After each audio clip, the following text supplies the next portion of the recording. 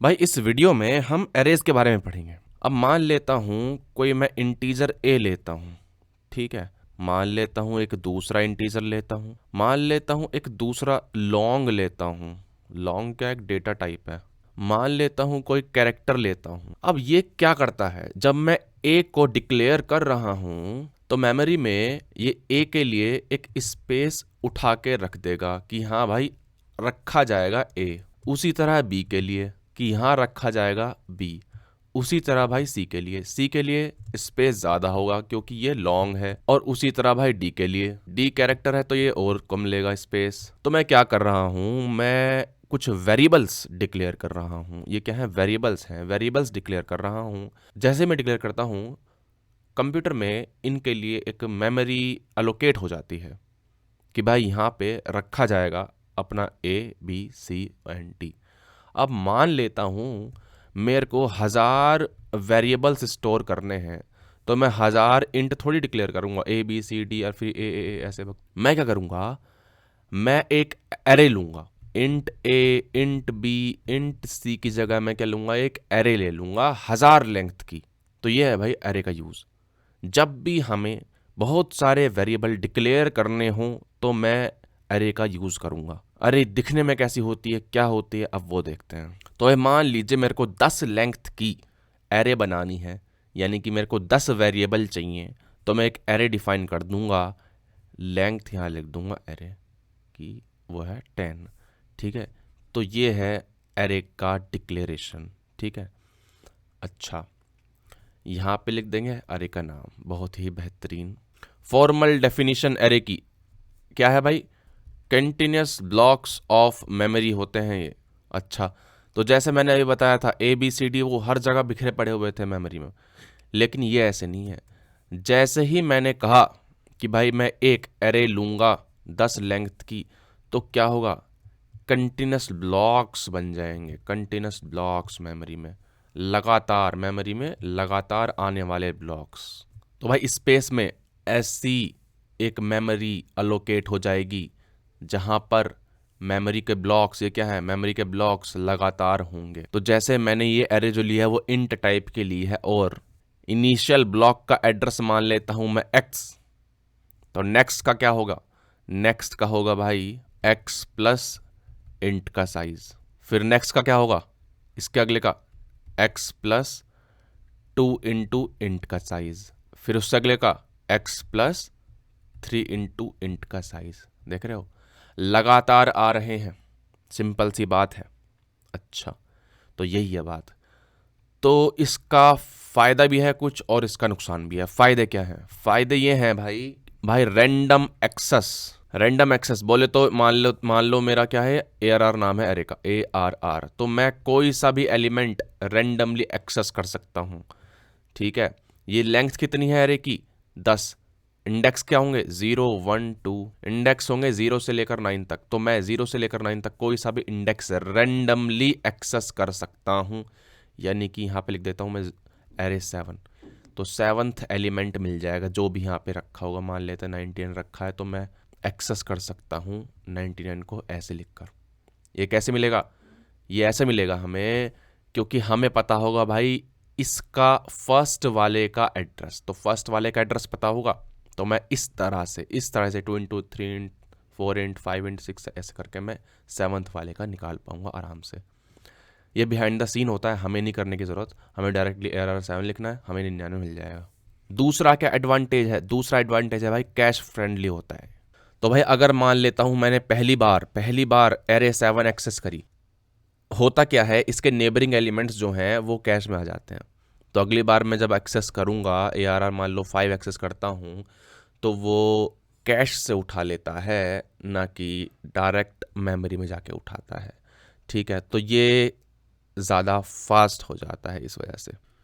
तो भाई इसके ये दो फायदे होंगे, random access and cache friendly. भाई कुछ नुकसान भी है। नुकसान क्या है, नुकसान ये है भाई फिक्स्ड साइज होता है इसका। मैंने मान लो एक एरे बना दी, ये कितनी है लेंथ की, 10 लेंथ की। अब मुझे पता चला बाद में कि भाई मुझे 11वां एलिमेंट भी चाहिए, तो मैं क्या करूंगा, मैं कुछ नहीं कर सकता।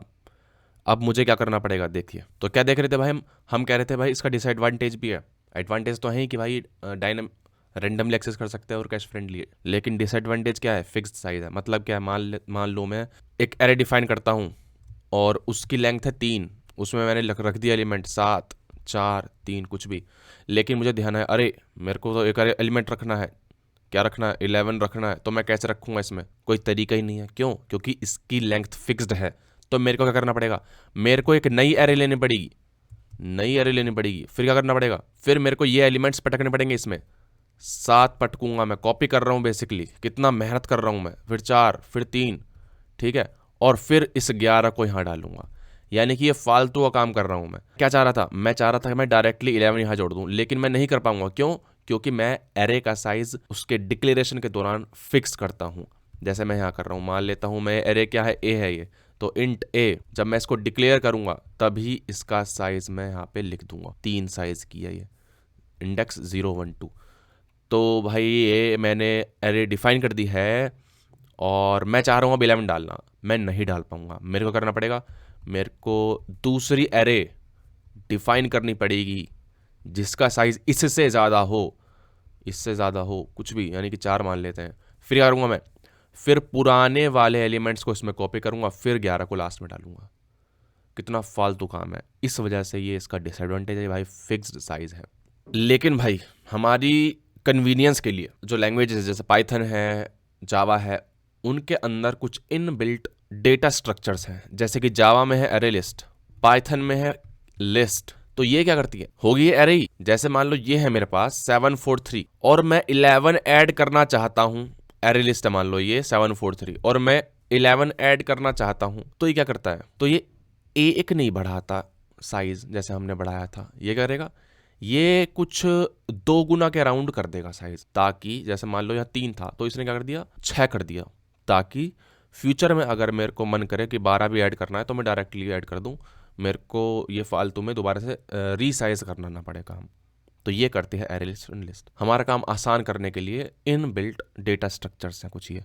भैया कुछ काम लिखे हैं मैंने कि भाई इंसर्ट कर दो, फ्रंट में इंसर्ट रैंडम कर दो और सर्च कर लो कुछ। तो हमें बताना है कि कितना टाइम लगेगा। मान लो मेरे को इंसर्ट करना है एक यहाँ पे एलिमेंट फर्स्ट, और मान लेता हूँ मैं मेरी एरे है 1 2 3 4 5 6 और मेरे को स्टार्टिंग में 0 इंसर्ट करना है। ठीक है, क्या कम्प्लेक्सिटी होगी, कितना टाइम लगेगा? सिंपल सी बात है, देखो कि अगर मेरे को 0 यहाँ पे डालना पड़ेगा तो ये मेरे को पटकने पड़ेंगे एक एक पीछे। ठीक है, एक एक पीछे 6 बाहर में चला जाएगा। ठीक है, तो कितना टाइम लगा? बेसिकली मेरे को सारे एलिमेंट शिफ्ट करने पड़े तो बिग ऑफ एन टाइम लगा मेरे को। इंसर्ट एंड रैंडम, कहीं भी रैंडमली मेरे को यहाँ पे यहाँ पे यहाँ पे कुछ भी कोई भी एलिमेंट किसी भी इंडेक्स पे पटकना है, मेरे को कितना टाइम लगेगा? तो भाई ये सेम ही चीज़ है, इंसर्ट एंड रैंडम, यानी कि वर्स्ट केस क्या होगा, वर्स्ट केस ये हो जाएगा कि भाई पहले पटकना पड़ जाए, तो सेम है इसका टाइम भी, बिग ऑफ एन। सर्च करने की बात आई, अच्छा देखो रैंडम, अगर मान लो ये 11 है, ये 21 है, ठीक है, रैंडम एरे है और सर्च करना है मुझे कोई भी एलिमेंट, तो मैं क्या करूँगा, use linear search. Linear search क्या होता है बताऊँगा, तो उसकी एल्गोरिदम भी बताऊँगा मैं, उसकी टाइम कम्प्लेक्सिटी होगी बिग ऑफ एन। तो अगला टॉपिक यही है हमारा कि भाई ये लीनियर सर्च क्या होता है और बाइनरी सर्च क्या होता है। भाई लीनियर सर्च जो होती है वो एक बहुत ही फालतू एल्गोरिदम है। होता क्या है, मान लेते हैं मेरे पास एरे है 2 3 1 9, मान लेते हैं एरे मेरे पास, ठीक है, बहुत बेहतरीन एरे है, मज़ा आ गया। तो करना क्या होता है लीनियर सर्च में, मैं लिख देता हूँ, लीनियर सर्च क्या लेगी, एरे लेगी और एक एलिमेंट लेगी जो हमें फाइंड करना है। बहुत ही बेहतरीन, मज़ा आ गया भाई। तो ये करती क्या है, ये कुछ नहीं करती भाई, ये एक लूप लग जाएगा हमारा इस एरे में, लूप लग जाएगा for I is equal to 0 and less than array की length and I plus plus, और लूप चल जाएगा।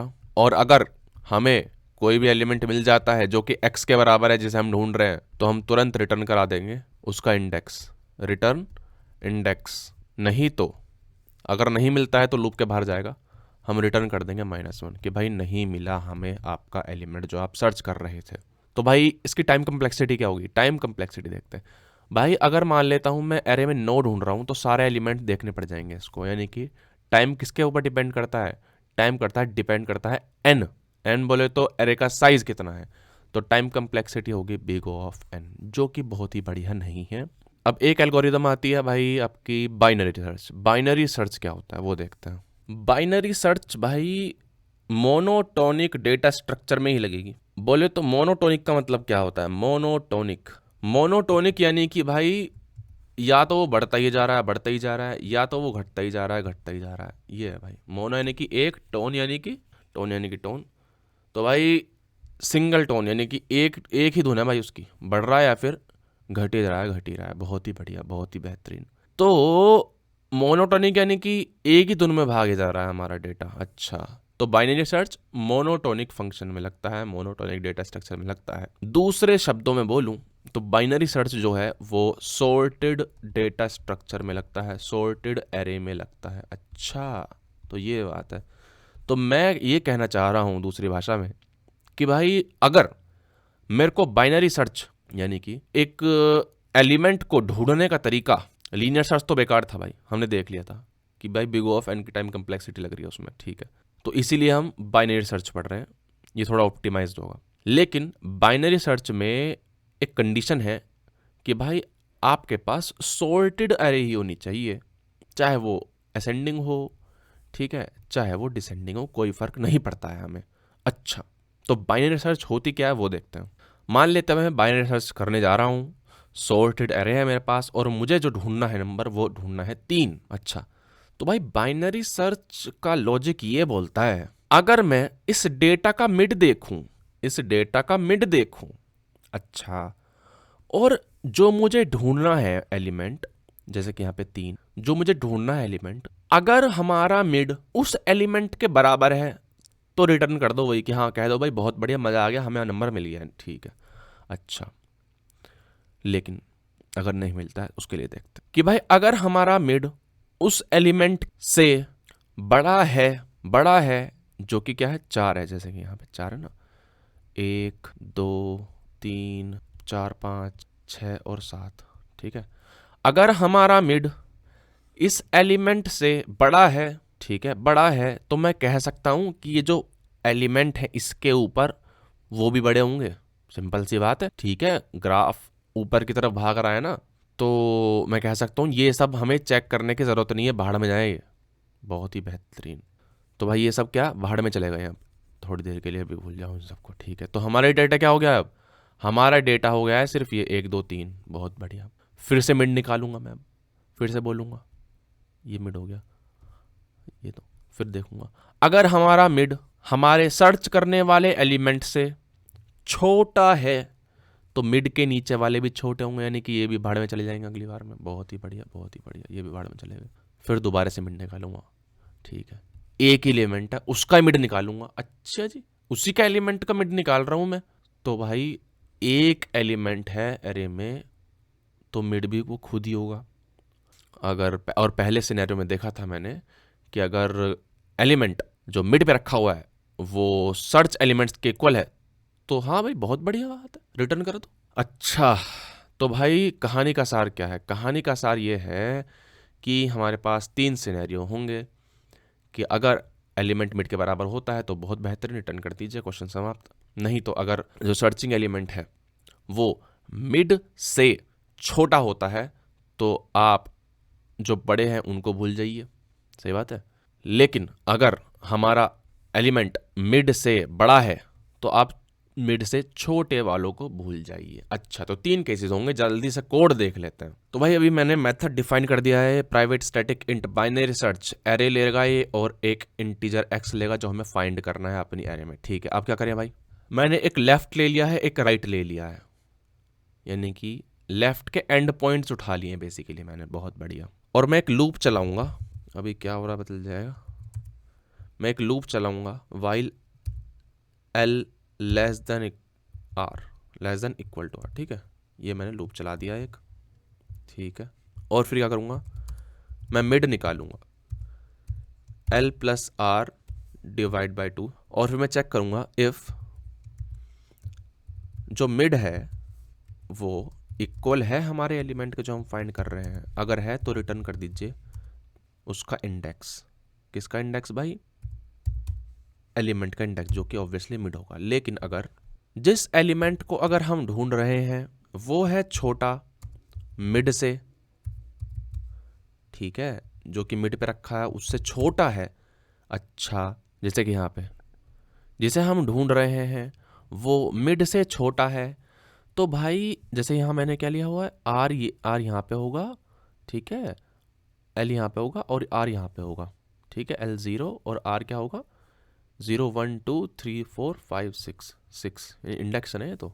अच्छा, और मैं क्या बोल रहा हूँ, अगर हम जो ढूंढ रहे हैं एलिमेंट वो मिड से छोटा होगा तो हम क्या करेंगे, इन सब में गोली मार देंगे, ठीक है, क्योंकि इनमें मिलने वाला नहीं है, क्योंकि ये जो हम 4 ही जो है वो बड़ा है इससे, ठीक है, बहुत बढ़िया। हम कम वाला में ढूंढेंगे ना, ऑब्वियस सी बात है। तो मैं करूँगा एल तो यहीं रखूँगा मैं, लेकिन आर जो वहाँ उधर पड़ा हुआ है अकेला, मैं आर को इधर ले आऊँगा, मिड -1 कर दूंगा, ठीक है ना। हम इनमें ढूंढेंगे ना, अब इनमें ढूंढेंगे तो ये वाला एल होगा और ये वाला आर होगा। तो अगर एलिमेंट जो है वो मिड से छोटा होता है तो एल तो एज इट इज़ रहेगा, आर जो हो जाएगा वो हो जाएगा मिड -1। बहुत ही बढ़िया भाई, बहुत ही बढ़िया। लेकिन अगर जो हम ढूंढ रहे हैं एलिमेंट वो मिड से बड़ा होता है तो आर तो एज इट इज़ रहेगा जो ऊपर है, लेकिन जो एल है हमारा वो मिड +1 हो जाएगा। अगर पूरा लूप चल गया है लेकिन कुछ नहीं हुआ भाई, हम ऐसे ही देखे जा रहे हैं, कुछ नहीं हो रहा, मिला ही नहीं हमें एलिमेंट, ठीक है, कब मिलेगा, जब ये वाली कंडीशन होगी, और ये कंडीशन सेटिस्फाई हुई ही नहीं है तो हम क्या करा देंगे भाई, -1 करा देंगे, -1, और -1 से हमें पता चल जाएगा कि भाई एलिमेंट नहीं मिला, ठीक है, बहुत बढ़िया। चला के देख लेते हैं भाई, एक एरे ले लेते हैं, ठीक है, सॉर्टेड एरे होगी वो, ठीक है भाई, इसको कॉल करते हैं फंक्शन को, या एक काम करते हैं यही बना लेते हैं नई एरे, ठीक है, और इसका साइज़ देंगे हम, जो एलिमेंट ढूंढेंगे वो ढूंढेंगे हम 7 और 2, ठीक है भाई, ये हमारी एरे है, हम 7 को ढूंढ रहे हैं, क्या इंडेक्स है देख लेते हैं पहले, 0 1 2 3, 3 इंडेक्स है, 3 आना चाहिए हमारा आंसर, देखते हैं भाई, रन करके देखते हैं फटाफट से। अच्छा, प्रिंट तो कराया ही नहीं भाई, प्रिंट भी तो कराना पड़ेगा, तो भाई प्रिंट भी करा देते हैं। तो भाई 3 आ गया है, 0 1 2 3, बहुत ही बेहतरीन हमारा आंसर आ गया, ये है भाई बाइनरी सर्च। अच्छा, लेकिन अगर मैं यहाँ पे ये कर दूँ, अगर मैं 7 कर दूँ, मैं एक और, यानी कि डुप्लीकेट आ जाए, तो क्या आंसर आएगा, अब देखते हैं।